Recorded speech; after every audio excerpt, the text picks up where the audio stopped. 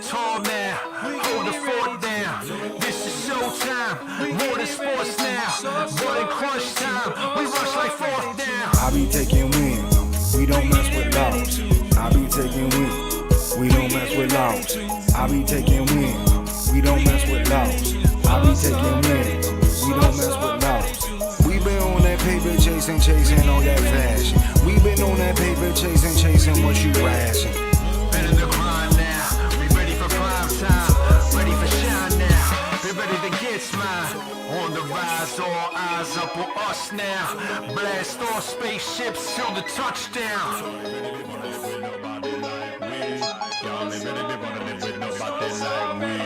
Energy level on high. Put that trouble on fire. Double it down, I'ma spit it around. Click, clack, boom, we the best in town. Energy level on high. Put that trouble on fire. Double it down, I'ma spit it around. Click, clack, boom, we the best in town. I started off the lowest point in life, though. I started off the lowest point in life, though. I started off the lowest point in life, though. I started off the lowest point in life, though. I started off the lowest point in life, though.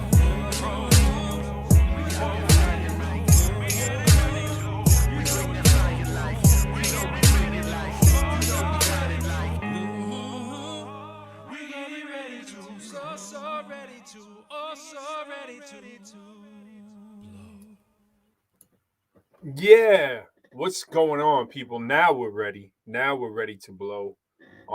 It's the Proquo Show. I put the pro in Proquo Show, just so you know. So that's why you see me right here. I'm rocking my. You're probably wondering. You're like, what is that yellow? Let me take you on a ride here of my getup here. So I don't know if you can see that, but that is all about the birdhouse, baby. And if you don't know, shout out to the entire birdhouse. My man LD's trying to come up in the place. We got to get him in here. Shout out to the entire birdhouse. My man Chili Chill. You got to get up on clubbirdhouse.com if you want to grab yourself some of their fly new gear. Congratulations to him. He got his own clothing line. It's a big deal that he just got done. It's real official. This right here is the bird. You got to know about the birdhouse if you're on Clubhouse. You definitely know about the birdhouse DJs. They're doing it. Shout out to Ice Mike, Miss Powers, just everybody. It's just a massive collection of DJs who show Proquo a whole lot of love. We're very appreciative for all that. They're just real quality. They do their thing every day on there. If you're not on Clubhouse, like Fee, we were talking about that earlier today. What up, Fee? If you're not on Clubhouse, then I don't know what you're doing. You got to get on there, man. And don't do what we did. we spent like 300 hours in there, Quo and I, going crazy, juggling all kinds of rooms in there. But my wife was on Clubhouse, so shout out to my wife. I didn't know what she was doing when she was first talking about it, to be honest. I was like, Clubhouse? Like, what are you talking about? And, because it was kind of secretive. If you didn't have access to an iPhone, you weren't on there. It was just exclusive to iPhone. So I'm bringing LD in here. Let's see if LD is an iPhone man or if he's an Android guy. Because whatever he is, don't get it. Because you see he's dropping out all the time, right? So we'll see. What up, LD? What up? Oh, you are there. I was just about to make fun of your phone, man. I was going to say you must be an Apple guy. You an Apple guy? I'm not. I'm learning to be an Apple guy. Oh, man. What are you on right now? I'm on the Android right now, the one that was cracked when we was in New York. Yeah. Mine is too. No wonder it works. No wonder it works. Now, I'm always trying to big up the Androids over the Apple. Now, why are you trying to learn to be an Apple guy? Is it because your thing cracked or what's good? No, I've had Android for, most of my cell phone career. Yeah. Apple is so much more complicated, but most of the time when you run into people, when you're trying to do music on the run, most of them have Apple. So right. I have the need to have that in case I need it. You know what I mean? Yeah, man, I do. That's it. I know exactly what you mean. It's like Invasion of the Body Snatchers. You know what I mean? Everybody just, it's like, they've been infected. They're, you know what I'm saying? There you are. Yeah. There he is. What up, LD? What up, baby? I'm rocking my birdhouse close here, man. Shout out to Chili Chill. As you know, because I was just talking about Clubhouse and trying to spread the word about what happens on it. What's your take? What's your take of Clubhouse? How would you explain it to people who don't know what it is? And sorry, I didn't come up with all the pleasantries because I was in my birdhouse thing. So hello, good week, good day, good evening, all that good stuff. Yeah. But same to you, brother. Absolutely. Clubhouse, I mean, me not being a social media guy really, but just like this COVID thing has impacted us so much, being really the catalyst for the creation of instant brotherhood and all of that, this whole movement that we got going together. Clubhouse, I would say, is a place where somebody who's maybe a novice or a beginner can go and get a wealth of information for free right off the bat, if they can just learn to listen to who's talking and what perspective they're coming from. Yeah, well said. Well said. That's and there's a lot of talking in a lot of rooms, and I'm gonna maybe try sharing the screen later. I'm gonna do a club deck, show what club deck looks like, but showing my phone there's a lot of glare. Maybe I'll do some screenshots or whatever so people can get a better idea. It's actually not a bad idea. I can probably help out. Hold on just 1 second. Yeah, no doubt. And so what happens is when you click into a room, for those of you who know, I see it again, that's real cheesy with the light. Yeah, kind of. Yeah, the light's real tough. So when you click into one of those rooms, you start hearing the audio, and then everybody's little icon. You can see the icons there. See, they're talking. Let's listen to them. Many years, I did notice something, and I've said this before. If you look at speaking, this is what it takes to run a $1 million masterclass with club founders.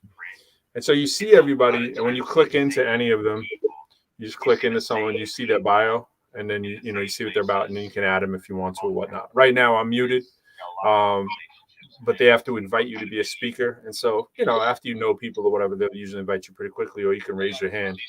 A lot of people do their shows on there. I'm going to get out of here right now because I know it can be annoying. A lot of people will run their shows like we're doing on there, and they'll have a whole room on that. There'll be radio stations or whatnot, and try to keep it popping. I saw a little fly jump in the room. I didn't mean a little fly, but I saw a fly jump in the room, and he jumped out. Speaking of fly, I got a comment on that Freedom Corner brand gear you got going on there right there. Speaking of gear, it's looking mighty crispy, my friend. Mighty crispy. How would what is that exclusive, or like how would folks be able to get a hold of the Freedom Corner brand? Exclusive is a very nice way of putting it right now. I kind of like that. It's exclusive only because I don't have it already yet. Yeah. It's in production. It's coming soon. It'll be available on freedomcornerbrand.com very soon.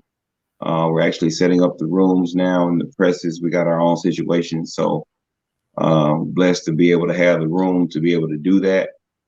And it's coming fast. Word. So hey, I realized too, I hit fly off with a shirt, but I realized you weren't there, and I totally forgot to hit you with the Proquo gear before you bounce. So we'll have to do some kind of exchange or something. I don't know. We'll, send you I got the hoodie for you. I got the t-shirt. So gotta make that happen. I actually got your stuff here, so I just haven't sent it to you. So I did make you some. So I just put it all up there. Quo has I don't know. I would say he has the better chunk of the stuff we have left. I got some cool stuff, but Quo has he has some good stuff too. So between the two of us, we definitely got the inventory. We got the fly stuff. You know what I mean? We got the fly. Oh, we got the fly. Keeping it fly, baby. There he is. What's going on, Fly Sir? What's up, family? What's up, man? Man, what's good?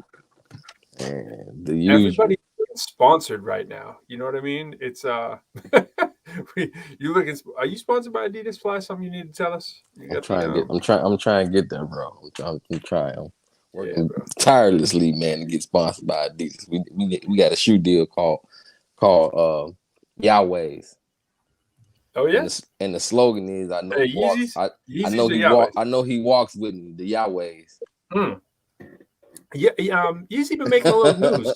He's been making a little news, man. Did you see this thing? I don't know if you guys saw the headlines. Jack Harlow defends Kanye West. He sees himself as Mozart or Beethoven. Did y'all see that?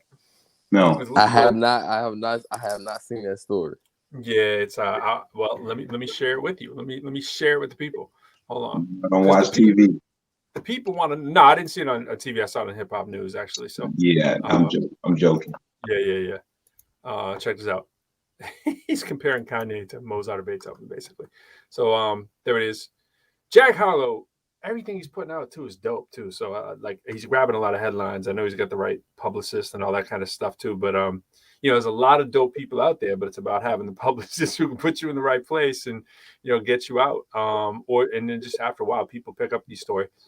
Jack Harlow's studious nature when it comes to hip hop history has played an integral part in his mainstream ascension and ability to navigate the genre. In a new interview with British GQ, that's what I want. The Louisville, Kentucky native touched on Kanye West's vulnerability in his decorated discography and defended the antics surrounding the release of his latest album, Donda. I think people appreciate truth, and I think when you have guys like Kanye and songs like All Falls Down and Being That Vulnerable, Harlow said, it changed so many people's lives as opposed to here's why I'm the ish. It's why I'm not the ish. So in the past, Kanye has compared himself to the late Apple CEO Steve Jobs, Walt Disney, William Shakespeare. He does put himself in good company, Andy Warhol, and Pablo Picasso. But Jack Harlow added historic composers Mozart and Beethoven to the list because why not? You know what I mean? If you got Shakespeare and you got Disney and Steve Jobs and Picasso and the soup can man himself, Andy Warhol, why not throw Mozart and Beethoven up there? You know what I'm saying?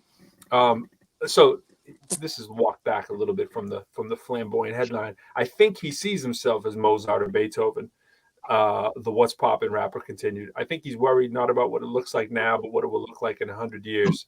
Take what happened with the Taylor Swift situation at the time. It was all pitchforks, but now people treat that as iconic. Yeah, I don't know if I'd say iconic. I'm always fascinated to see what he does next. He said this Donda rollout, people are going to remember that for years. While Kanye and Harlow have yet to combine vocals on a track, Easy did earn a co-production credit on Lil Nas X and Jack Harlow's Industry Baby, which topped the Billboard Hot 100 this week, earning Harlow his first #1 hit and Kanye his first chart topper in a decade. Yeah, I saw that. I saw that headline, the Jack Harlow and Lil Nas X, but I have not heard that. I'm not sure what to make of that pairing, but have y'all listened to any of people? I'm not saying that a lot of people listen to me or anything like that, but if you do, you kind of know my stance on certain things. But have you listened to any Lil Nas X and like Jack Harlow? The one where he has with Jack Harlow is an excellent example. But man, I just gotta say, like, he's not missing, man, with the music. Like, he's not missing. It's I mean, I just gotta say, with as far as music goes, he's knocking out the park every time. Yeah, I haven't heard any of the. I haven't heard this. I mean, I've heard his last release, but I've not heard this. But it seems every time I turn around, Jack Harlow's in my face. So somebody's doing a good job at the Jack Harlow, but and I've seen all the headlines about this yet, but I haven't actually heard it. So interested to see what people feel about that too. So yeah, and I was speaking more to Lil Nas X. I mean, Jack Harlow as well. That too. I agree with you on that statement too. But and of course, he has a machine behind him. Of course, I give you that. But as far as the artistry on it and the lyricism and all that and the way it's put together, I mean, I don't know what end to focus on because I don't know what's really going on behind the scenes with their camp. But yeah, they are they putting down heat, man. I gotta admit that. Yeah. Yeah, I have to check for that. I have to report back to you on that one. I know Fly was making some facial gestures there, so I'll wait. Yeah, till I hear it. I know. I'm making facial gestures too because I don't. I just like but y'all know. Then generally speaking, though, y'all know just like I've not heard. I mean, Lil Nas X aside, I rarely listen to mainstream circular hip hop, just period. Anyway, Right. even before You're so southern that when you say Lil secular, Nas X. you're so southern when you say secular, it sounds like circular to an Eastern ear. I just want you to know. I was like, circular music. What is it? Oh, he means secular. Oh, I got you. Okay. Yeah, it's all right. I just can't. I just don't. But in saying that, that's just been true about me for like the last 13 years, honestly. The last 13 years, there's not one secular artist over the last 13 years that I've just listened to a whole album of in the last 13 years. Not one. Not even Jay. Like I just completely stopped listening at one point to secular music at just like all together. Wow. And so it really doesn't have a lot to do with, Lil Nas X or what he got going on. Reason why I haven't particularly heard his music. I really hadn't listened to anyone. Right. In my defense, it's not I'm in not your being pathways. It's not in your pathways. Right. I agree with that. And I'm the same way. And that's the thing, like people have gone out of their way to show me these records by these particular artists. And I can agree with that statement probably 99%, with the exception of maybe a Kendrick album. That's maybe the one person that I've listened to something all the way through and really analyze and critique like that. But you don't listen to J. Cole? You don't listen to the whole J. Cole? I hear what's out, but I don't. If it's not Freedom Corner brand, honestly, I'm not listening to it. Like I can't wait to go outside and plug up and listen to some more Fly right now. I really don't listen to outside stuff. I see what you're doing there. Nothing wrong with that. Nothing wrong with that. Supporting the hometown. Yes, sir. Yes, sir. That's the truth. Probably the last album that I've listened to, the last 3 albums I've listened to, Andy Mineo, Mission, and Proquo album. No, that's like in the last year. There's probably the only 3 albums that I've listened to, but then I've like went back to and played with. Other than that, I really. What's your favorite Proquo song that you're not on? That's hard. Chandeliers is probably. It's hard for me too. That's really hard. Chandeliers. Final Fire. The intro is something eclectic about Final Fire. Just the way it's all put together from beginning to end, from the scratching to PS. You know what I'm saying? The flow. It's perfect intro. It's hard. That's hard. We had Chandeliers originally as an intro too. We have 3 songs that were in intros. Chandelier has an intro feel. So does Instant Brotherhood. Instant Brotherhood was, once we made that, we were like, ooh, that's just solid. There's no hook.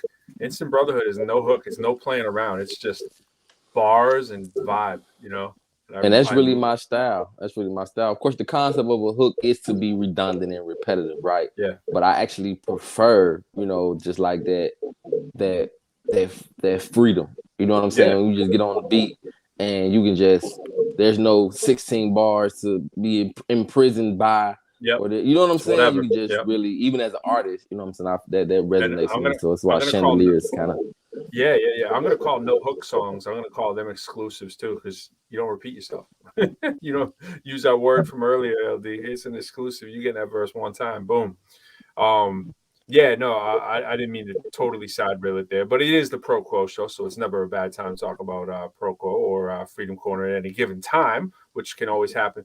But I've been in I haven't listened to the album in over 2 weeks because there's been so much music stuff I've been working on. And normally I like to hit myself at weird times of the day and just listen to different tracks and see what I feel and kind of stay sharp with our own music, just to know get in where it fits in, think of different opportunities for it and how it bounces vibes and resonates. And so I really, really, really like Apologize. If I'm just listening to a track, it's not like a track you put in the middle of the mix or anything like that, but I really do like Apologize. It's just such a unique track. And I really like the ending. I really do like the Bye Bye Hater with the live, kind of thing. I should say just bye bye, Shout out to Freedom Corner brand again and all the J's involved in that one. 3 J's involved in that track. So that I be looking at it like how many times do I skip something? You know, that's a better gauge for me personally.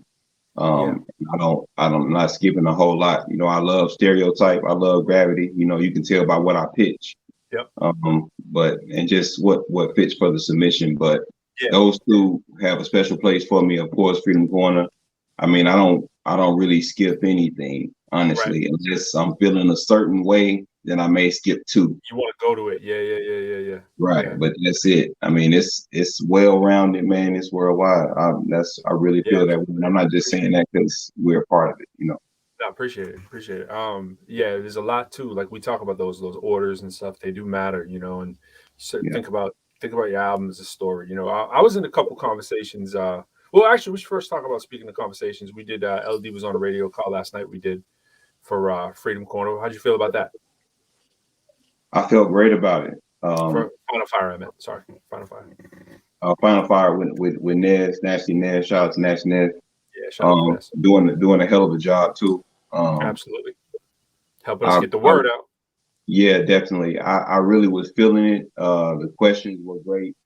The fielding was great, and the feedback was really good. And the fact that we were able to connect some dots, you know, as always. So, yeah, I love.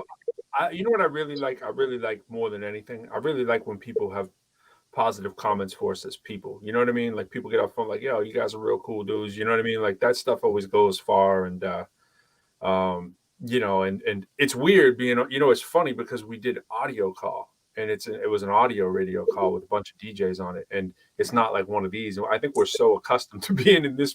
Like Quo and I had no idea in this format.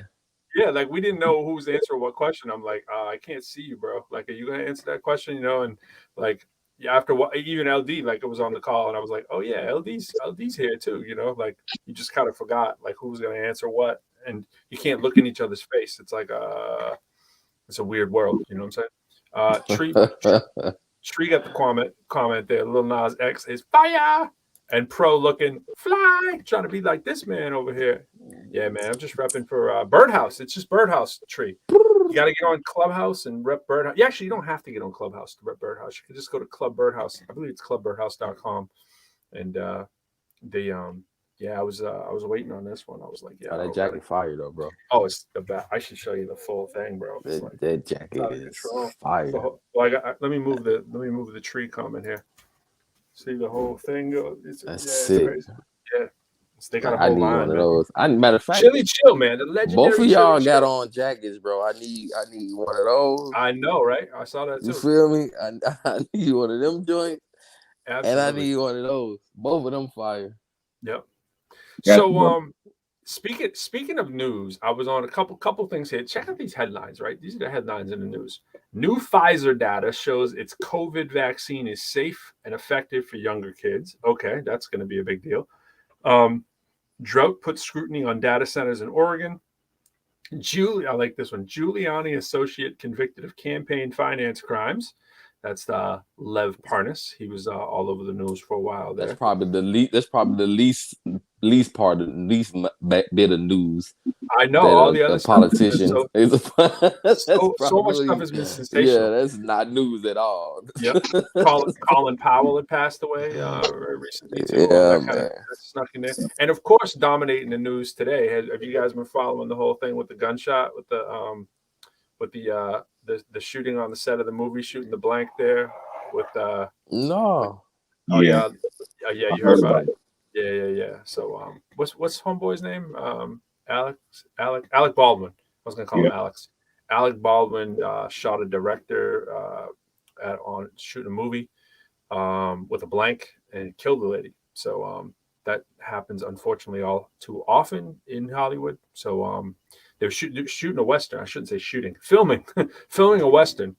And can only imagine what that's going to turn up. But so they're investigating into that. There's some talk, not to spread rumors and stuff, but there was some talk that there were some people fired from that movie while they were filming, some union people or whatever, and then some non-union people took in some roles or whatever. And so they're always looking into any fishy business that could potentially be there, you know, like how did that get into the props? You know, like why was there a live round? And a lot of times these blanks, they're not fully blank. You know, sometimes there can be stuff inside the casing, you know, and I think in the case of when Brandon Lee died, there was like wood. They had like a wood filled blank or something, I believe, shot him in the abdomen when he passed.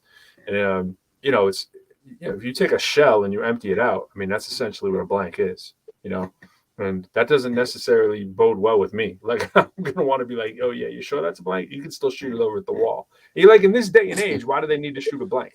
You know, it's exactly, like, with all the technology, AID technology and all that stuff. Because I'm going to let out a secret fly. I'm going to let out a secret right here. This is a big exclusive secret, is that Final Fire video, that wasn't real fire. You know what I mean? You see what I'm saying? You see what I'm saying? Come on, man. Like, that was not real fire. Why do you need a blank in 2021 with all the technology and resources they have? Proquo can film a video that has fake fire. You know what I'm saying? I think their big budget Hollywood movie can go with that too, you know. So I'm just saying. Oh, you know, my God. Tree knows what I mean, right? You know what I'm saying, Tree? You know what I mean? Like, newsflash, that fire in that castle was not real. You know what I mean? There may have been fire in that castle at one point, but I'm just saying, you can have some, you know flames. You know. So I did a little track today. It's a rough draft. It's our man DJ Jay Johnson put it together, part of IB Hood, and I'm gonna give you guys a sneak peek. I'm thinking New Year's release maybe on this bad boy. Now this is just the rough draft. You know, I was doing the 8-week lead out kind of thing, and I'm feeling it. I'm feeling it as a nice little kind of in the pocket little groove thing. And y'all want to hear it? Y'all want to hear it? Definitely. Let's go. Tree, you want to hear it? It's called Yo, That's Pro. That's what it's called. It's called Yo, That's Pro. So Yo, That's Pro. So the hook, there's no effects, there's nothing. It's what most people would tell you not to do in the industry, right? They say don't play it until it's finished. And you know, here on the Proquo Show, we don't get down like that, right? We show the work in progress, right? So we're gonna do that because I can. All right. So let's do that. We're gonna jump into let's go, Tree. You're right. Let's go. Exclusive rough draft of Yo, That's Pro.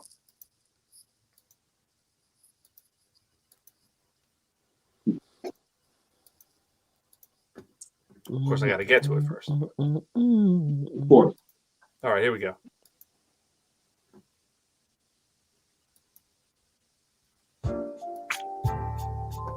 Yo, it's Pro.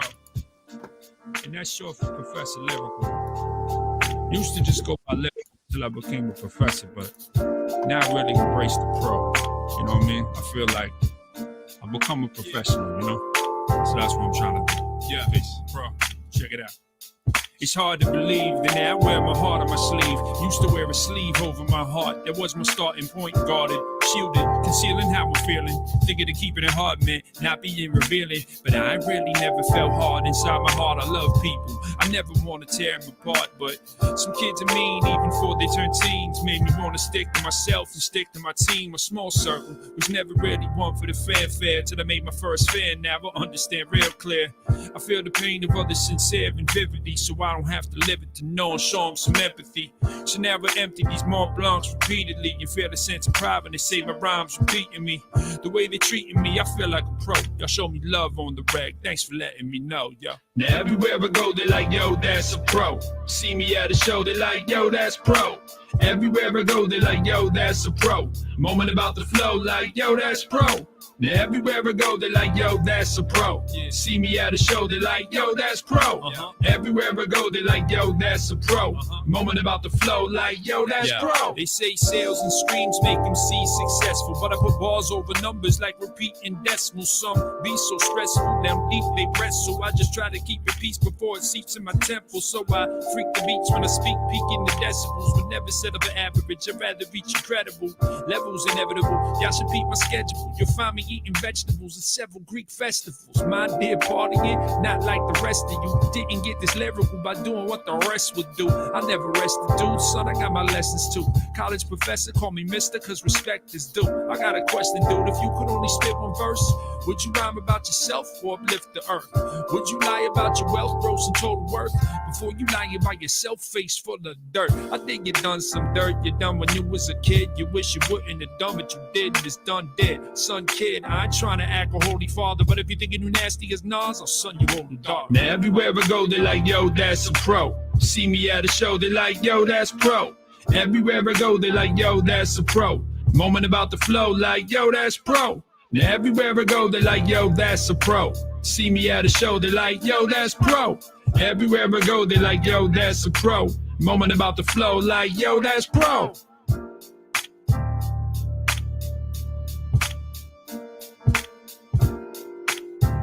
Extremely rough draft. So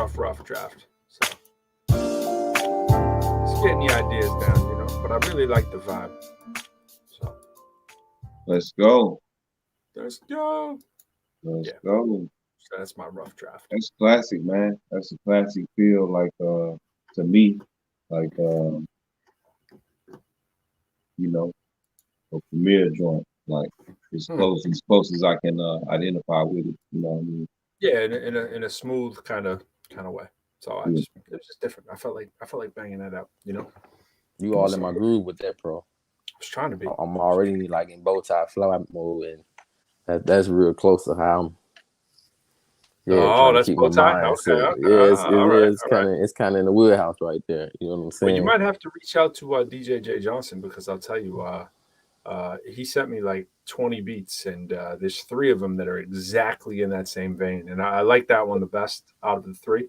But there's a couple that would allow for, you know, that was a very chill flow. I wasn't trying to do anything fancy or anything, and but there's one of his beats in there that's just like that. You can get a little bit more fancy with, just because it's a slightly slower pace and very R&B-ish. Thanks, Tree, appreciate it. Very R&B-ish, but like LD said, Premier LD. You know, it's like Premier meets like bow tie fly. You know what I'm saying? So anyways,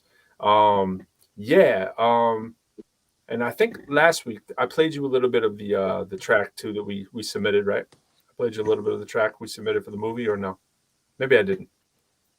No, I didn't. I don't think you played it at all. We last week we went over. We listened to. Yes, right. We did. Yeah, we did. We did hear a little bit of it. Yeah. No, we heard the whole thing. Yeah. We did. So that I hadn't heard the finished. Yeah. But... So the official. So check this out. So I should say this to everybody who's checking out the show. I haven't really done real posts. I know LD shared one that I did. I haven't really said much about it. So LD knows.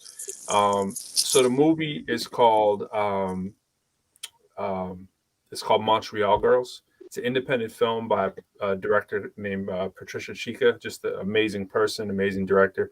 She's in Quebec. Sorry, let's give it the full details. So she is filming Montreal Girls. She's up in Montreal, right? Obviously, or Montreal. And so the movie is an independent release from up there, but it's doing real well throughout the film circuit kind of thing, and all the previews and preliminaries. And so I'm not exactly sure what the grand premiere date is, but our song was the last thing that they had to do. So they were syncing the song to the movie.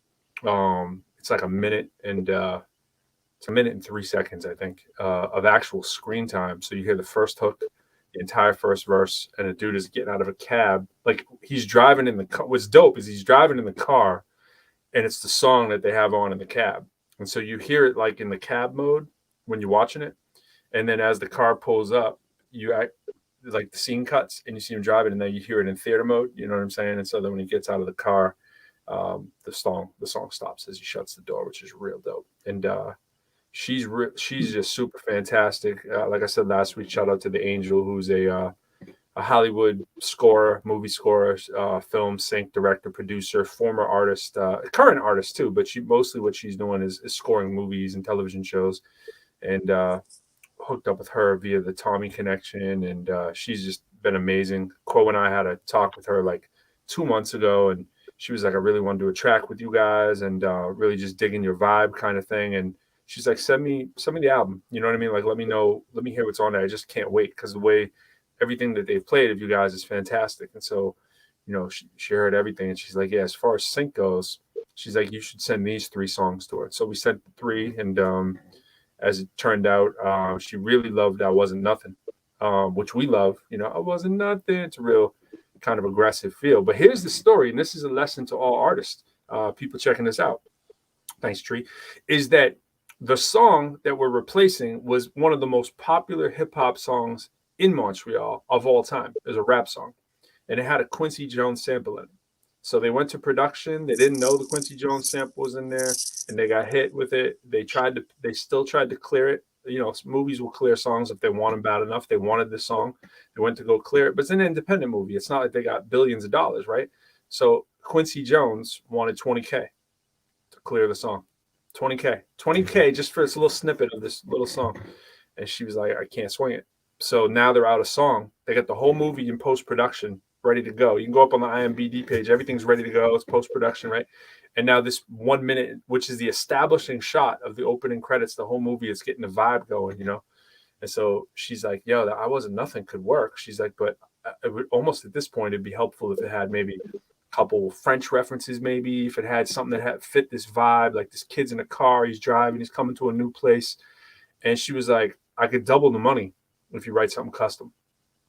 And I was like, all right, we'll write something custom. You know what I'm saying? It was like, we'll write something custom for it. And she's like, but it has to have the same vibe. So I called up, shout out to M Dot, called up M Dot because M Dot made the beat for I Wasn't Nothing, as you guys know. And he was like, he's like, yeah, let me strip it down. Let's get something in that same exact vibe. And I was like, no, let's not even do something. Let's go with, you know what I'm saying, the whole foundation of that song. Get rid of all the music, but we want your drum beats, essentially the same kind of beats per minute, everything like those drums, you know?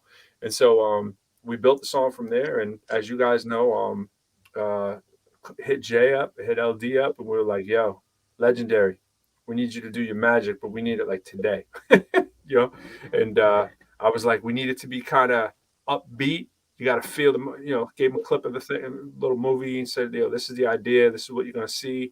This is the vibe. And y'all, you know, got him doing his thing. He's a man possessed, and he went to work. And between the bass and the keys and the guitar he put on there, just sent it up. And I just, you know, arranged what he sent and mixed that up for a couple of days and wrote my rhymes, and we got it in. And so she loves the song, which is great. And she hit me 2 days ago. She goes, I want to make this a #1 hit. So she's really feeling the track, which is great. And we played it in a couple rooms on Clubhouse as a test, and it was really dope. She wants to premiere it on Clubhouse in this big room that they do for Hollywood producers next week. And the last time I was in that room, there were 2 other producers who hit us up about doing sync as well. They were like, yo, I want you spoken word, that kind of stuff. So that is a lane. It's a viable lane, as we all talk about. And I'm interested in you guys' thoughts too about like what you think in terms of artists focusing on that direction, and what else you think artists can be doing in this time if it isn't sync. Like, what's another viable thing for artists to be doing as we emerge from COVID? Because we're seeing right now, we're getting feedback from a lot of music companies and production houses that the live crowds are not the same indoors right now. There are a lot of people that are losing their shirt on doing venues that they think are going to be packed up that aren't packed. Outdoors doing pretty well, but indoors that hasn't been the case. So it's like, is sync the option, or is this something else? How y'all feel about all that? Yeah, that's definitely the case, man. I wouldn't imagine there's a whole lot that you can do that you can't do. I mean, we all know from, of course, you guys been around longer than I have, but, you know, performances has been the way artists is touring has been, you know, it's never really been viable for artists to make money off music itself. You know what I mean? It's probably more lucrative now than it's ever been, and it's still not lucrative. You start looking at like some of those Spotify numbers. It's this, but it ain't those streams really getting it done. Right. You know it's not the streams, man. It's always been, and you know how bad the deals were back in the day for artists. And so artists never really made money off selling music, so to speak. Yeah. It's always been another performance piece. And so, yeah, that's definitely the lane, syncing your music. And it's crazy, man, the opportunities that you see when you start to see something like that was one of the very first things LD talked to me about like a couple years ago. It was just like, man, us too. Hit the database up, submit the songs, See, placement, He's the basically. machine in the background. He's doing it right now. You know what I'm saying? You know what I'm saying? Just placement in general, man. Because that's been the truth, man. A lot of people knew it and just weren't sharing the game. You know what I'm saying? And we never really think about it as a practitioner. You become more aware about the art, but on the outside looking in, you hear music everywhere you go, whether it's a commercial, a video, a movie. But nobody ever thinks about where this music come from. Soundtracks. You know what I'm saying? And yeah, you just never think about where it comes from. Of course, obviously, it has to come from somewhere. Yeah, I've been thinking about it for 10 years personally, but getting it done is another issue. You know what I'm saying? Yeah. I think right now, man, with the situation that the world is in, you know, it's costing you more for tangible goods and less to be able to advertise, market, and promote yourself online or in person than it ever has been for a new music artist. Right.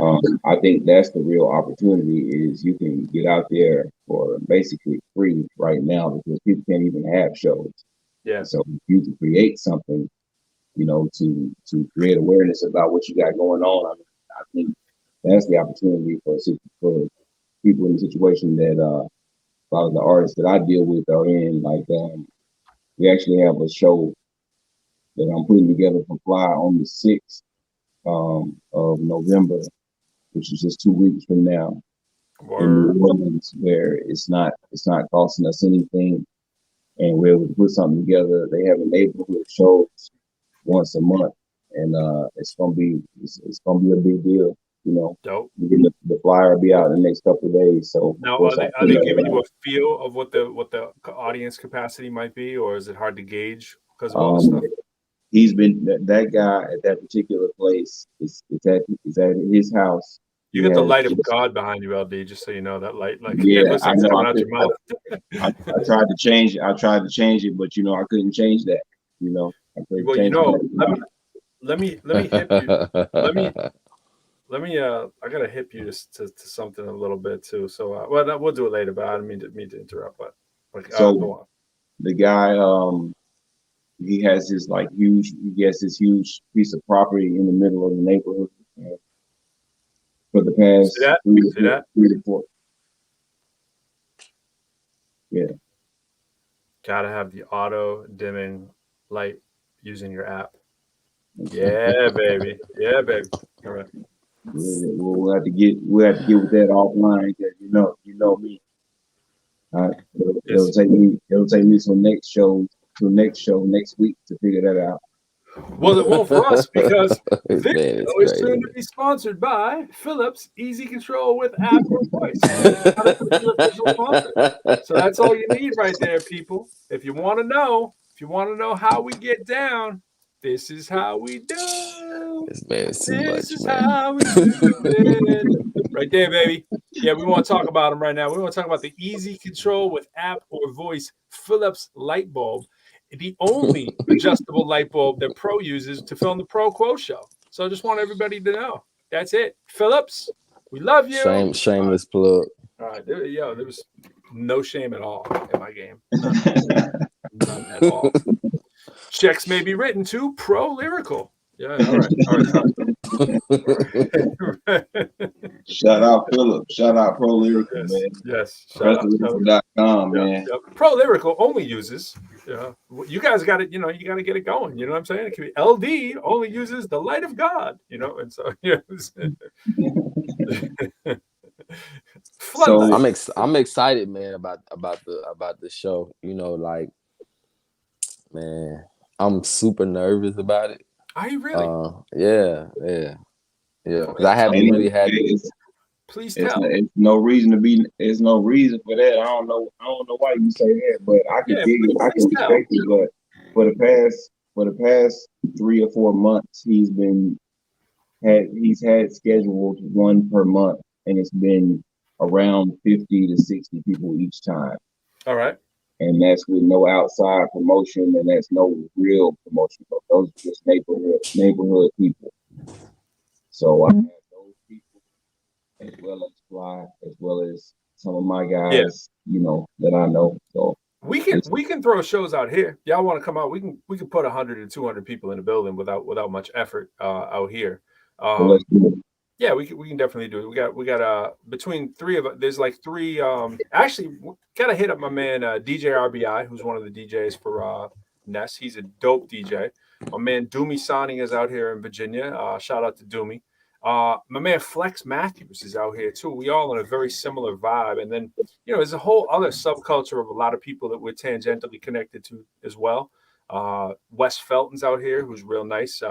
Plays with Raheem Devon all the time. And Asheru, who does the Boondocks theme song, he's out here too. There's so many other like up and coming MCs or whatever. But in terms of the general area of the people that we know, the best, we've done a few shows out here before COVID. And, it's like 200 people in the venues we were playing. It was just like me and those two. So we got to get you all out here and get into that. Man, you just say the word, man. I'm on the first thing flying. Yeah, absolutely. We'll make it work. I've promoted the show or two in my day, so we should maybe have to do that. And of course, Boston, but that's a whole nother thing. I was on a call last night. Shout out to my man Dane. We were on a call last night. People in Boston trying to strategize and figure it out too for the nightlife scene out there. Especially they were looking at the 25 plus scene. So the grown folk are trying to get together. So, but Fly, what's the nervousness from again now? Like get into this. So get into this foolishness. No, bro. I'm being completely transparent right now, man. I'm being completely transparent. Like I'm mad nervous about it. Wow. But let me get this straight. Fly of Friday. I mean, most of you probably on this show might know Fly through his Friday night extravaganzas that he does. Fly Style Fridays, right? So that he does in Times Square most recently, right? Times Square. This same Fly is nervous of a 50-person show. All right. Tell me more. I want to know. Let me know. No, man. That's the same guy.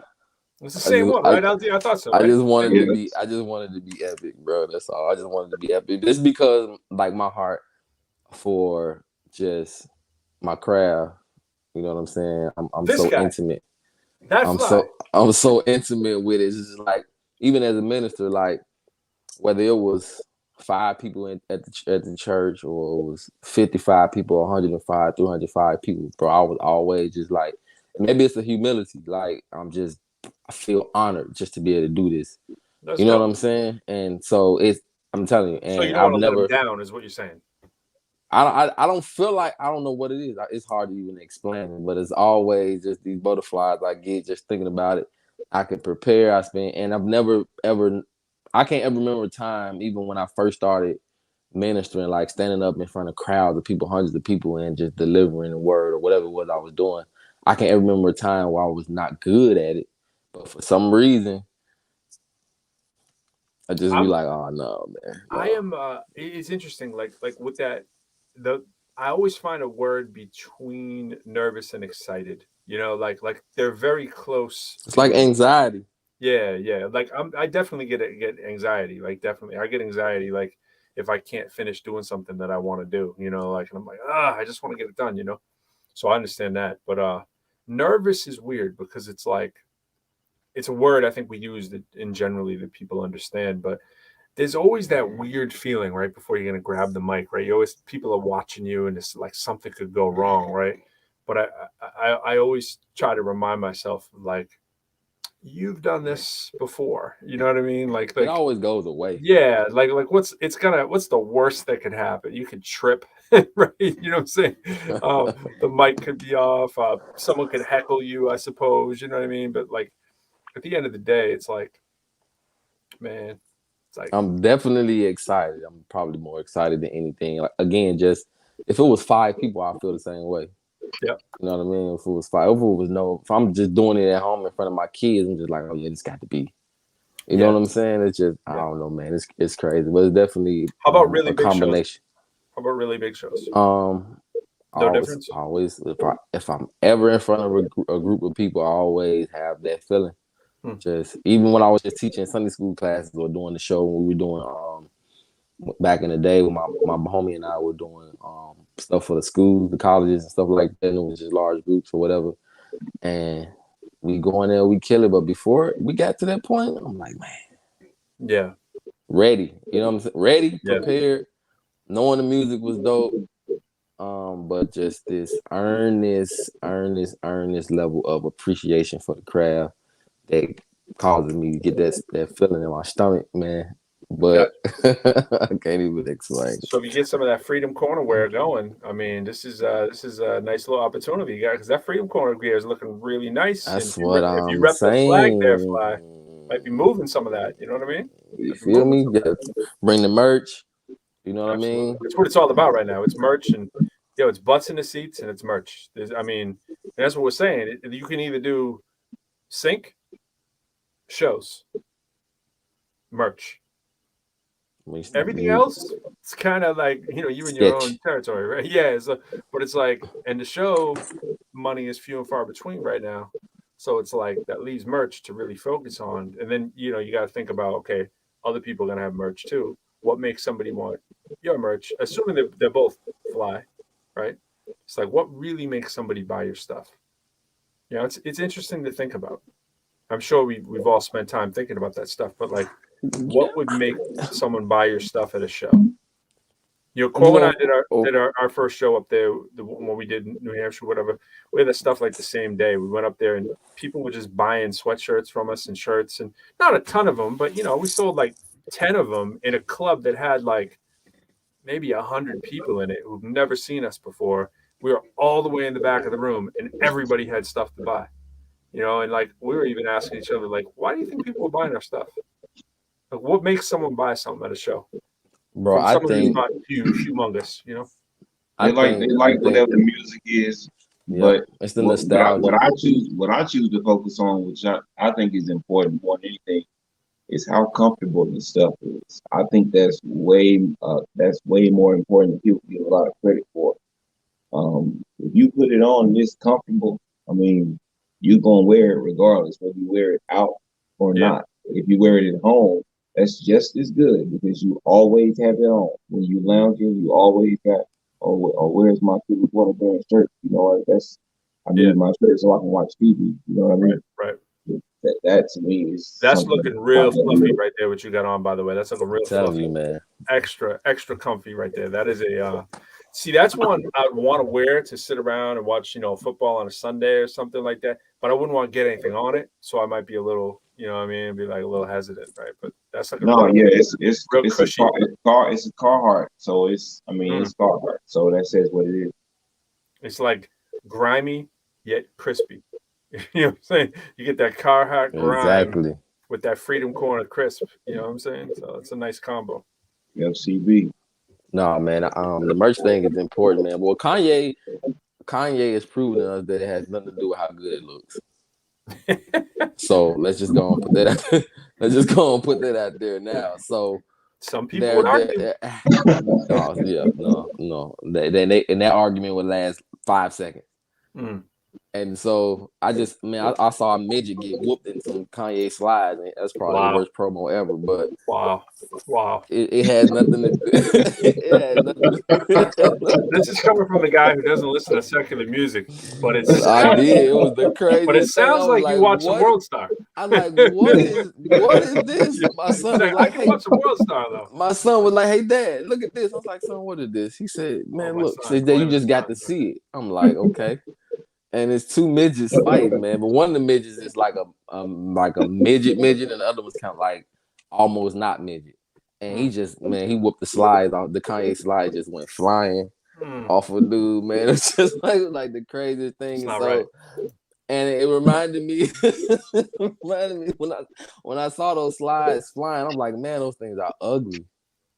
It's just in my opinion. And so, to your point, when people go to buying merch and gear, it's the nostalgia, bro. It's the nostalgia of people like you as a person. They don't even have to like your music. People like you as a person. There's a nostalgia behind it. People will cop your merch. You can't stop. I'm done. I'm like, what is going on? Yeah. Yo, what would a show be without? I'm gonna put it on. I usually don't put it on, but what would a show be without the Bitcoin ads? You know what I'm saying? Like Bitcoin to the moon, Come baby. on, You know what I'm Bitcoin saying? coming, man. Come on, Bitcoin Bitcoin. coming. Come on, let's get it. Let's get it, Man, Bitcoin. give me some kind of ad, bro. Give me some kind of ad. I'm done, son. I'm done. Yeah. Well, All I need is about 10 Bitcoin, bro. If I had to get about 10 Bitcoin, bro, we'd be, thousandaires. All right. Well, let's refresh the palette. So, what y'all think about this? What y'all think about? Oh, I gotta share the screen too. What y'all think about? Bam! What you think about KRS-One and Big Daddy Kane versus battle, man? Oh yeah, I saw a little bit of it. I didn't really get to catch all of it. Yes, sir. Now I believe. Hey man, Big Daddy Kane, that brother is smooth, bro, on a whole nother level, man. Like his aura, his persona, you know what I'm saying? It's gracious, man. He's like Moses, man. He's like he walking, Moses, bro. It's like he walking on water. First, you got Jack Harlow calling Kanye Moses. I mean Mozart, and you're calling Kane Moses. Man, bro, this is he's like the Moses of hip hop. I don't know what's more blasphemous. Man, he's just like the Moses of old school hip hop, man. He's gracious, man. Let's get into this right here. They want effect, say what? Some live effect. They want effect, say what? Snap a neck for some live effect. Salute. Yo, we'll see y'all for our verses. We'll be back for our verses. That's effects. Salute. Man. Yeah, man. Who brought out DOS effects? Yeah, that was crazy. Who brings out DOS effects? That's cold right there. Cold. Yeah, so I mean, Big Daddy Kane is my favorite artist of all time. So you don't have to tell me. I know every word of every Big Daddy Kane song. Probably, on his first 4 albums. LD, you okay, bro? Man, LD, he said he was done, bro. He said he was done. I think he meant bro. I'm done. I'll be all right in a minute, man. Y'all just give me a minute, man. Oh, we got to put him on mute. Put him on mute so he can compose himself. So Big Daddy Kane is my favorite artist of all time. So I know, people who know me well know that, I'm a huge Big Daddy Kane fan. And shout out to AB Money. And we've had these big discussions of Big Daddy Kane. And but I'm also a KRS fan. And I've mentioned before, I've done multiple things with KRS-One. Very cool dude. Has helped us a lot. Kane, met him a few times. And it's like they're obviously icons of the game. I think what's cool about Versus is, first of all, it's the only show in town right now, right? So it's like you have to watch it. It's kind of like a Tyson fight. You know what I'm saying? You pretty much have to watch it. And it's free. You know what I'm saying? Or, it's for the most part, they haven't really turned these into pay-per-view. You know what I'm saying? So Swiss Beats, I mean, just the whole thing is brilliant, right? And we could see this forming when it first started. And now everyone's thinking about these, but it's funny because I haven't seen a lot of local versions of these. And I just think they would work. Like we've had a couple in Boston. We've had maybe 4 or 5 of them in Boston that have been pretty cool. Some like really bigger names, and then some local names that only like the locals would know. But the local ones have been cool. It's just they're not productions like this. It's just 2 dudes sitting on a computer playing their joints. But I think they could be put on, much like an MC battle. I think you book the right spot. You put 3 people on the card. Maybe you put a couple acts on there, do a little DJ battle like they do in these versus battles too before they start. You know what I'm saying? I don't see why more people aren't doing them. And I mean, it just seems like a no-brainer, and it's not, I mean, you can't call it versus or whatever, call it whatever you want, you know what I'm saying? And avoid I'm sure the pending lawsuits if you were to call it versus, but just do whatever. Or maybe you talk to the versus people and see if they're willing to do something local. Why would they not want to expand their flag, and take on like the hometown market? So, I mean, Boston, we got tons of artists who could do, man, I could do a versus with somebody, and I'd be happy to, I'd be happy to pair me up with someone similar, man. It'd be dope, and there's been a lot of artists my level or lower really that have already done them, so it's like, I don't mean lower, like, I just mean not as well known, you know what I'm saying? And I don't mean talent wise, but it doesn't have to be a name recognition thing that's huge if you're just doing it in your local market. I think you can get a lot of people come out. People are dying to come out. So I'd be happy to put one together in Boston. I would do one with people in Boston, put one together. I don't mean just me. I'm saying organize one with like 3 or 4 acts on it. I think it would be really dope. So that's an excellent idea though. Something you can do, like you said, create a venue for it. Like you said, like we were talking about revenue streams and stuff like that. Yeah. Great opportunity to sell some merch. They can book them at a college right now. You know what I'm saying? The colleges are dying to do stuff too, you know. So they have to keep it safe though, but you know, you just have to think about how you do them, you know. Colleges could be a little tricky with COVID, but there's so many places that you, and that's the thing. I want to say this to MCs too. We're talking about how to get money. You don't have to do shows at the typical places where you do shows. Just do shows at smaller spots, man. Just book out smaller spots. There's no shame, no game. Book out a restaurant and just bring in your own stuff. Or better yet, scout out all the restaurants in your area that already got a little sound set up in there and just add on to it and keep it small. 20 people shows, 30 people shows, 50, 100. Those kind of shows are dope. And trust me, if you consistently are doing 50 to 100 person shows right now, that's going to attract attention, and people are going to be like, oh, yo, this show's going on, but people are dying to go to stuff. So if you can keep it safe, keep it easy, keep it light, you know, you can do it. You ain't going to sell a ton of merch at a show like that, but the idea is like clubs are dying for this stuff too. So, you know, you can split a door with a club, you know, or have some kind of progressive split that you do as the night goes on or whatnot. You know, in Boston, like when I was promoting the majority of clubs that I would do one-off shows sprinkled in between the shows that I already had as regular things. Like I had my regular Friday night, and I had every other Wednesday night, and I had a Sunday night. So between the Wednesday, the Sunday, and the Friday, those are my regular nights. Every other Wednesday, every Sunday, and every Friday. And so the one-offs, right, that you put on Saturdays or like Thursdays or whatever, I would get creative with those shows. You know, I would try these small little venues, but what happens is it keeps your name popping. And people like going, oh, that's the dude I got to go to. So, you know, I think of like Freedom Corner, you know, trying to do something like that. You know, I don't know the market down there, whatever. I know it's crazy different, but it's like you can have that one place.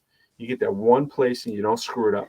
You know what I'm saying? Like I had my one anchor club that I was not screwing up, you know, because it was the one that had 1,000 people in it, right? Weekly. So I got that every single Friday. I'm putting an act in it. I'm keeping it. It's strict. It's like, you know what I'm saying? Like meaning that there's an act coming on. They're doing 1 to 2 songs. There's a mainstream DJ in the club, mainstream hip hop DJ in the club, and then every once a month we put a big name act in there, like a big name act, you know, and then that's enough to keep it popping. And then we put a promotion. We bring a movie promotion through. We do a Red Bull drink promotion. We do whatever, right? VIP different promotions. Bring Celtic players through, that kind of stuff. And then you know your Sunday vibe is totally different. You know, it's more of a chill vibe or whatever, more of a lounge kind of feel. And the Wednesdays we're doing underground hip hop, you know? And so if you just stay conservative with the other stuff and you build towards that anchor show, man, it's easy to be the only game in town right now because a lot of people are just scared to throw it. And I get that. But I think if people take their numbers down, you don't need 1,000 person place right now. Your big place could be the place that you're trying to put 200 people in. You know, do 200, 75 people, 40 people. 40 people is 40 people, yo. And clubs are going to be happy if you're doing 40 people. It's safe. People are coming out and they're drinking. Or eating, whatever, what have you, you know? So other than that, it's sync, baby. It's sync and merch, you know? So that's all I got. That's all I got for y'all. Sync and merch, that's it, though. I mean, Fly, what you got for a set coming for us, man? What are you gonna give us? You giving us 3 songs, 5 songs? What do we got? We got to that point yet, or we still thinking about it? Honestly, I probably need to narrow it to probably like 6. All right, what's the name of this place? We got to put it in here so people can check it out. I'm sure they got a website too, right? I'm not sure they do. Yeah. LD's composed. You composed now, LD? Yeah, I'm good. I'm good. It's at a guy's house. Dope. It's 822. Yep. First Street. Bird Street or First Street? First. Thinking Bird Gang. First Street. Yep. First Street, New Orleans, Louisiana. I can't call the zip off the top of my head. I know it's 701 something. 70139 comes to mind. All right. Boom. When is this? This is Saturday, November the 6th.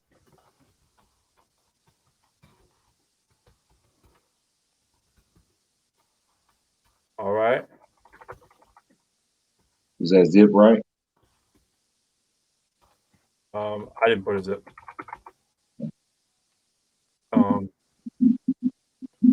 I hope that's accurate. I put Saturday, November. I put, let's see, new comments. Sorry, I've been not reading my comments here. Saturday, November 6th, fly, and nobody else. No, I'm sure that's not accurate. There's other people playing in the show, right? Yes. All right. No disrespect to the others, but right here we're talking about fly, baby. We're talking about fly, and nobody else. No, I'm kidding. Dope. Look, man. What time's that? I'm mad excited about. Me and L did talk about a little track list for the show. Of course, you know I have my favorites, and we usually kind of agree. And that's important to me. You know what I'm saying? To have people, and I'm saying with my wife too, people that I bounce ideas off of. I rarely do I like to go into something with just my own ideas. Even though I know I could and be confident about it. I mean, especially when it comes to music, 99.9% of my music is 100% me. So I'm comfortable with my music or picking it. But if for some reason I just always like to think about, like you said, the entertainment value. You know what I'm saying? I want it to be the music that people respond to, because as an artist, you're gonna love all your art. You know what I'm saying? And so it's important from people from the outside looking in, so to speak, outside of the creative process. Because, you know, as an artist, you'd be tied to a certain song because of certain emotion or whatever. And so getting their feedback on like, oh, no, this is a good one. This one usually grabs me right away. That usually helps me. You know what I'm saying? So we got it down to 5, I think. But there's a potential to do 2 sets. Right. And so I'll probably do 1 set from I Am Fly and then do some Bowtie Fly on the new set. Absolutely. Yeah. All we know is rumblings of this Bowtie Fly. We don't really know. You know what I'm saying? We don't really. Hey, and after you go to that show, I want y'all to check out Fee. I want y'all to bounce up to New Hampshire and go check out Fee, the Evolutionist, J Faith, Lunar Landing, who is on the new track with Fee, featuring Pro and Quo and a few other MCs from up that way. Fee, we're gonna have Fee up on the show actually the second to last week of November, with all the people that are on the track Beast from the East, which is a special track Fee put together. So shout out to Fee. Lunar Landing, Conflict, J Faith, that's up the 24th. Pro might bounce up for that. I might have to go see my man Fee. You know what I'm saying? Might have to go check that out. But that show Saturday is 3 to 9. 3 to 9. All right, cool. 3 to 9 for New Orleans. What's closer for me, New Hampshire or New Orleans? I'm pretty sure New Hampshire wins that. New Orleans is definitely close. New Orleans is definitely not closer. New Orleans is much closer to you, bro. We should play a game. We should play a game, right? Let's look up the map, right? Map of the USA. All right, folks. This is riveting. This is riveting entertainment right here, but we're gonna do it because you can only get this kind of geography at the Proquo Show. Map of the USA. And shout out to Quo, by the way. Quo might be coming through next week. We'll might have a Quo sighting. Let's see. Quo. All right. So I got my school map here of the United States. Now, for all those playing along, you can see the zoom, right? You guys see the zoom on the right-hand side when I zoom it? Is that showing up? Yeah. All right. So we see Louisiana, all right? We see Louisiana. We see down at the coast down there where New Orleans is, right? And then we're going to bounce all the way up to Washington, D.C. Y'all see where Washington, D.C. is? All right. So you saw that, right? Louisiana, Washington, D.C. And now we're going to do the same thing.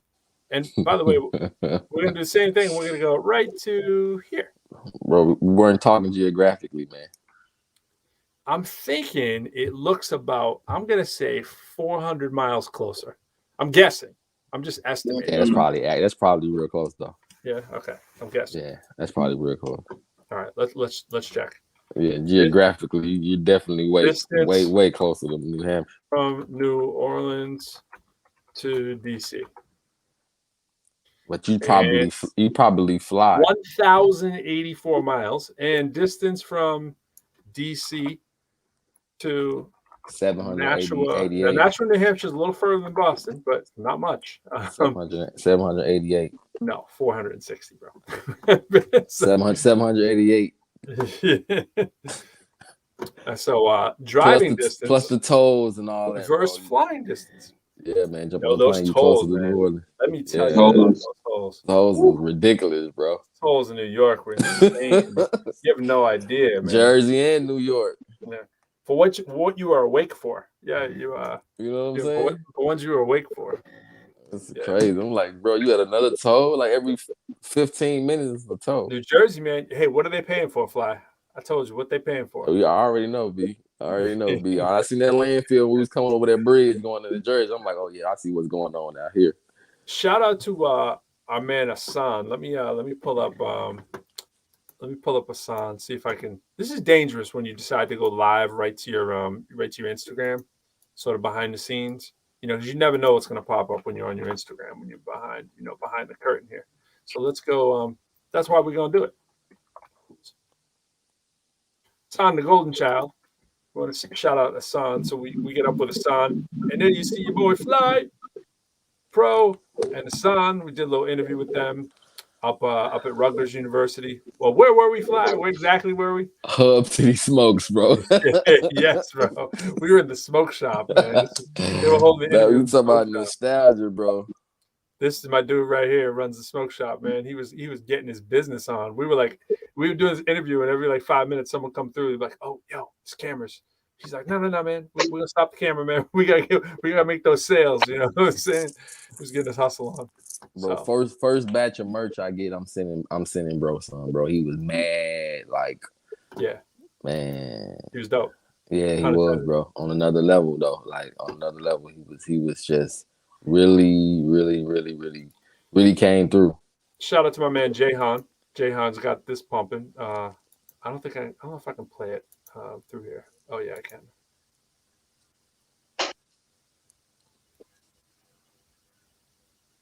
Y'all hearing that, right?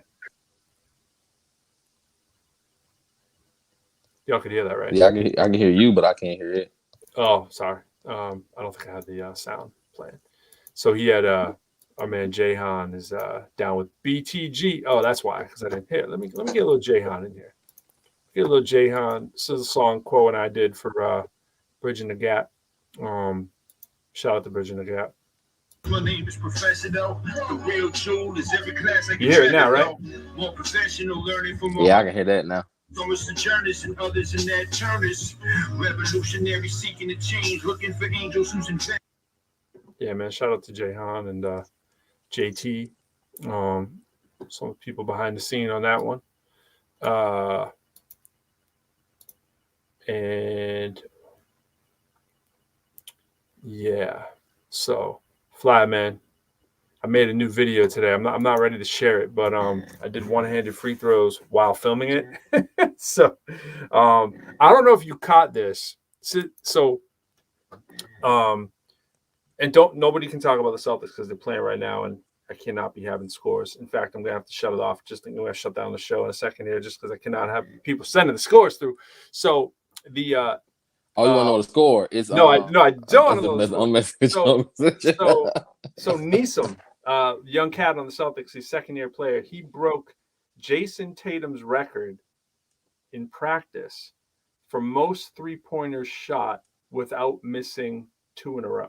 In other words, you can miss one, you just can't miss two. So I was doing that this morning with free throws, one-handed. Yeah. I think I went like 20. I got like 20 free throws before I missed one. But the two in a row, I missed a couple. But I was thinking to myself, how many threes could I hit before I missed two in a row? And it might be 4. So right. It might be 4. It could be 5 on a good day. I think I get 2 in a row, miss maybe 3 in a row. Then I'm probably gonna miss 2 in a row. That's on a good day. But 279, I believe, is the number. Neeson hit 3-pointers without missing 2 in a row. Do you fathom how ridiculously stupid that is? Bro, that's insane. And then and he's just one of 2 guys on the team that shoot well. You know what I'm saying? Like, I mean, I'm sure there's other dudes on the team who can do pretty well. I mean, like, yeah, especially in a this bad era. shooter's gonna hit 100 of them. You know what I'm saying? Like, without missing 2 in a row. You know? Do you realize how insanely talented these people are? I saw a video of JJ Barea today. Right? He's not even in the league anymore. He's playing on some like Mustang team or whatever, and he's just doing little dribbling drills. And I'm just like, you don't even think of JJ Barea, right? He's just like probably like the 100th guy you'd think in the NBA or something, even when his prime. You know? Right. Nice, credible shooter. Played for Northeastern. Shout out to JJ Barea. But he's just doing his little dribbling drills, and his dribbling drills would be like the sickest handle you've ever seen of anybody who's ever come to your local gym. And he's just like, he'd be like 100th on the depth chart of like guards. You know what I'm saying? Bro, I was watching. 50th. I was watching a clip with my son. You know, he's in the basketball. So he's 14, he's in the basketball, and Brian Scalabrine was giving some cats buckets. You feel me? Like they were at the gym and they were talking crazy. Yeah. And you know how we are as NBA fanatics. You know. Yeah. You know who the superstars are. Yeah. And just they pale in comparison, but it's a constant reminder that the last guy on the bench will serve any average. I mean, that's just how competitive NBA is. You may not know this out there, but he did a series of, it was called Scalabrine versus the Chumps or something like that. So all these dudes who thought they could beat him, he did a whole thing for like a couple weeks where he would just he was like, I'll play anyone. He's like, I'll play anyone and I'll eat you all. And so all these players started playing him. D1 cats started coming, like people in their prime who look like super incredible athletes. You know, and D1 dude, nope, you're not beating them. You know what I'm saying? This is a retired pro who's really not in great shape. You know what I'm saying? It was like, you know, it was one guy, maybe they were playing to like 11 or something, and it was like 11-8 maybe, but it was like, don't matter. That was the D1, like, you know, starter on a major team. You know what I'm saying? Nope, wasn't happening. It's like people don't understand, you know, there's 17 players on NBA teams that are carried. 2 of them are two-way players. 17 players. Right. Times what is it? 30 teams, 36. 30 teams, yeah. 30. I mean, you know what I'm saying? That's like 500 players that there are, you know, roughly. Best in the world, man. Right. I mean, no, we could say that the worst players in the NBA are not better than a lot of the best players in some of the other countries, right? But granted, like it's like 500 of the best 600, let's say, right now. Easy, honest, right? Yeah. So it's like, but let's just for like you're saying, for ease of simplicity, the top 300 NBA players are like the best in the world, right? I'm sure there's some others will sneak in there, of course, but most of them are in the NBA if they were that good. You know what I'm saying? But there's gonna be a few more, right? So the top 300 NBA players are so much better than anyone 99.99% of the world has ever played with. It's almost unfathomable. Almost unfathomable, bro. It's crazy. You know how we joke sometimes, and you know, he's a bum. He's a scrub. Or you see a team lose, you see like the worst team in the NBA lose, and you compare them to like, oh yeah, they can probably the local high school team will beat them, or you know, they let them play North Carolina or Duke or something like that. Man, those guys would kill anybody. What people don't get is like I say this too. Like I do got to wrap it up soon too. It just reminded me all the time, but. This dude I played with on Northeastern. Northeastern's a D1 team, but they're not like a major D1 conference, right? But they're D1. They've been to the Final 64 or whatever, right? So they're D1. They're legit, right? JJ Barea played on Reggie Lewis, right? So they're a real team, but they're not an elite team usually, right? Northeastern's last man, who was a walk-on, who was an all academic scholarship kind of guy later, right? He was a walk-on. He couldn't even get in the game. He get like 2 points a game, 1 point. I think 1.3 was his average, right? You know, he's playing garbage time, right? He's about the same height as me. He's probably a little shorter than me. He's probably 6'2", right? Dude's like 6'2", which is taller than the average human, right? And he's like skinny and athletic, and you know, he's like 6'2". But like when you look at him, you don't think this guy's going to be banging on you, right? He looks like a typical outside shooter, right? Little like skinny kid, kind of goofy looking, right? Nice dude, real nice dude, right? And real mild mannered or whatever. He played we're on the faculty, student faculty team. You know, we play against the students, play against like the younger cats, and we played, you know, with the faculty. He played on the faculty. Now he was 2 years removed from the team. All right. Never got in the game. Dude had like 56 points with like 3 reverse dunks and was like wet from 3-point line, never missed. It was just like automatic target practice, right? And one of the dudes who thought he was a young gun, right, whatever, just banged on us, right, when there was no one near. You know, this dude did one of the nastiest dunks I've ever seen in the game, pro or what else, right? This dude just turned like this. It looked like he was going to do a layup, and he spins around like, nope. Bam! It was like like Superman kind of dunk. Yeah. Everyone was like, "Oh my God!" The whole team was watching too, because the team was all there supporting him, because he's also an assistant coach now. The team got up. I mean, this dunk was just insane. It was like, yo, and it's a dude you never heard of, never will hear of, but played D1 for obviously a D1 team, could not get in the game. And he's better than probably everybody that you've played with. You know, when I say you, I just mean anybody. You know what I'm saying? You go to a local gym where everyone thinks they're a superstar. You know, like I was telling my man Fee the other day, I'm like, it's pretty much D3 where I play at. It's like a D3/D2, like, which is real competitive. Don't get me wrong. When's the last time you played a bunch of D3, D2 guys? You know what I'm saying? Like, that's a competitive run, right? The end of my street, it's competitive. Like, getting on the court's competitive, right? But it's like D3 competitive. Maybe someone could possibly have been a D2 player that's there, you know, or aspiring to be. That's about it.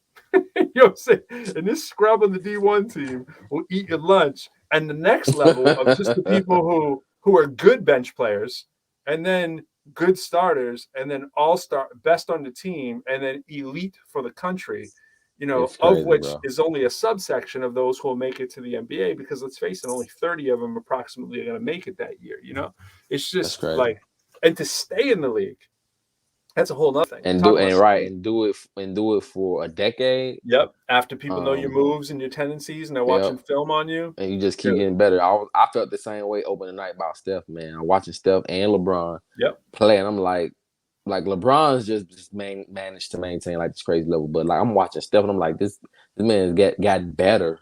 Yeah. After he won MVP, like he looked like a better player this year, and he's 33. You know what I mean? It's like he's 33 and he's 6'3". He's 33, 6'3", which is a handicap in the NBA, being 6'3" and under. You know what I'm saying? He's a little guy, right? He's like 180 small. He's like 185. 6'3", he's not a big dude, man. And here's what people think too. Like they'll be like, they have these talks about Steph Curry, and they'll be like, you know, Steph Curry will come talk to your school and stuff. And you know, I've seen an actual article about this. You know, like Steph Curry comes to school and talks about with hard work and determination, even a little guy like me can make it. But he's not really saying is that he's the same freaking height as me. You know what I'm saying? I'm in the 98th percentile, you know, for height, maybe 99th. You know what I'm saying? Like LD, when he saw me, he's like, damn, I had no idea you were this tall. Yeah, I'm like 6'3" plus. You know what I'm saying? I'm not really a legit 6'4", but I'm close. With shoes on, I am, you know? So it's like, I'm like one of the tallest people you're going to see during your day in most cases. Right. And I'm the same height as Steph Curry. You know what I'm saying? And it's like, and he's like 15 pounds lighter than me too, you know? So it's like, that's a really, really small dude in the NBA. And isn't that crazy though?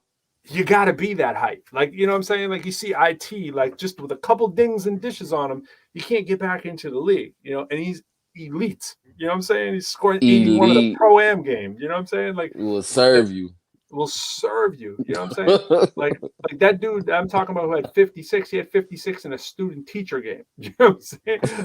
Dude had 81 in a Pro-Am game. You know what Pro-Am stands for? Pros and some of them trying to make it. You know what I'm saying? Right. So mostly pros, you know what I'm saying? Like so y'all might need to pick him up, man. Y'all had a crazy game this week or earlier this week. Who, Isaiah? No, man. Yeah, y'all need Isaiah, but Boston, man, the Celtics, man, they had a crazy game earlier this week. Who do we need to pick up though? I know. Y'all need to go ahead and get IT, man. Oh, of course. Yeah, I know you've been saying it for 2 months now. Yeah, absolutely. It's disgruntling me, man. It's disgruntling me. It's just, you know, teams get stuck in their head, and they're like, oh yeah, whatever. We'll wait till we're desperate or whatever. You know, it's like, come on, man. Just, you know, take just the story alone. But I think people are just worried about chemistry and all that stuff on the team. I get it, but it's like, I don't, you know.